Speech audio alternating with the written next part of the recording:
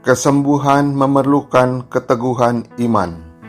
Renungan diinspirasi dari Injil Lukas bab 13 ayat 10 sampai 17. Pada suatu kali, Yesus mengajar dalam salah satu rumah ibadat pada hari Sabat. Di situ ada seorang perempuan yang telah 18 tahun dirasuk roh. Punggungnya bungkuk sehingga ia tidak dapat berdiri tegak lagi. Ketika Yesus melihat perempuan itu, ia memanggil dia dan berkata kepadanya, "Hai ibu, engkau telah bebas dari penyakitmu." Lalu ia meletakkan tangannya atas perempuan itu, dan seketika itu tegaklah perempuan itu dan memuliakan Allah. Namun, kepala rumah ibadat marah karena Yesus menyembuhkan orang pada hari Sabat. Lalu ia berkata kepada orang banyak, "Ada 6 hari untuk bekerja. Karena itu datanglah pada hari-hari itu untuk disembuhkan, dan jangan pada hari Sabat."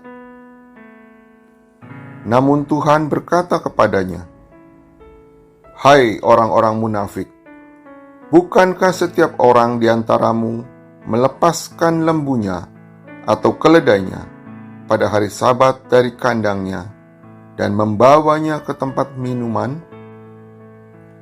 Perempuan ini keturunan Abraham dan sudah 18 tahun diikat oleh iblis. Bukankah ia harus dilepaskan dari ikatan itu pada hari Sabat?" Waktu ia berkata demikian, semua lawannya merasa malu, dan semua orang banyak bersuka cita karena segala perbuatan ajaib yang telah dilakukannya. Demikianlah sabda Tuhan. Bacaan hari ini melukiskan kemurahan hati Yesus yang menyembuhkan sakit seorang ibu karena dirasuk roh selama 18 tahun. Begitu kronis sakit si ibu, sampai punggungnya bungkuk, tidak dapat tegak lagi. Tergerak rasa belas kasihan, Yesus segera menyembuhkannya, padahal saat itu hari Sabat. Yesus mengambil risiko dicerca kepala rumah ibadat daripada membiarkan orang lebih menderita. Bukan hanya disembuhkan dari sakit fisik, jiwa si ibu juga dipulihkan, sehingga ia memuliakan Allah. Bagi penderita sakit, kesembuhan bermakna pembebasan dan sukacita dari Tuhan. Yesus sering membuat mukjizat penyembuhan dengan kuasanya, dan banyak kali hanya dengan memandang sejuk sambil berkata, "Imanmu telah menyembuhkanmu." D.J. Juvenalis yang hidup tahun 55-138, pengarang satire Romawi, melihat hubungan erat antara jiwa dan badan. Orandum est sit mens sana in corpore sano.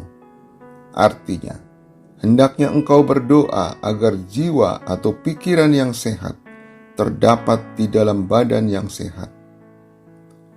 Menjaga keseimbangan antara badan dan jiwa perlu bantuan Tuhan. Agar seseorang dapat menjadi pribadi integral yang mampu melaksanakan tugas yang diembannya. Sehat lahir batin merupakan anugerahnya yang tak ternilai. Telah 15 tahun aku divonis sebagai penyandang diabetes mellitus, penyakit kronis akibat overdosis gula dari karbohidrat.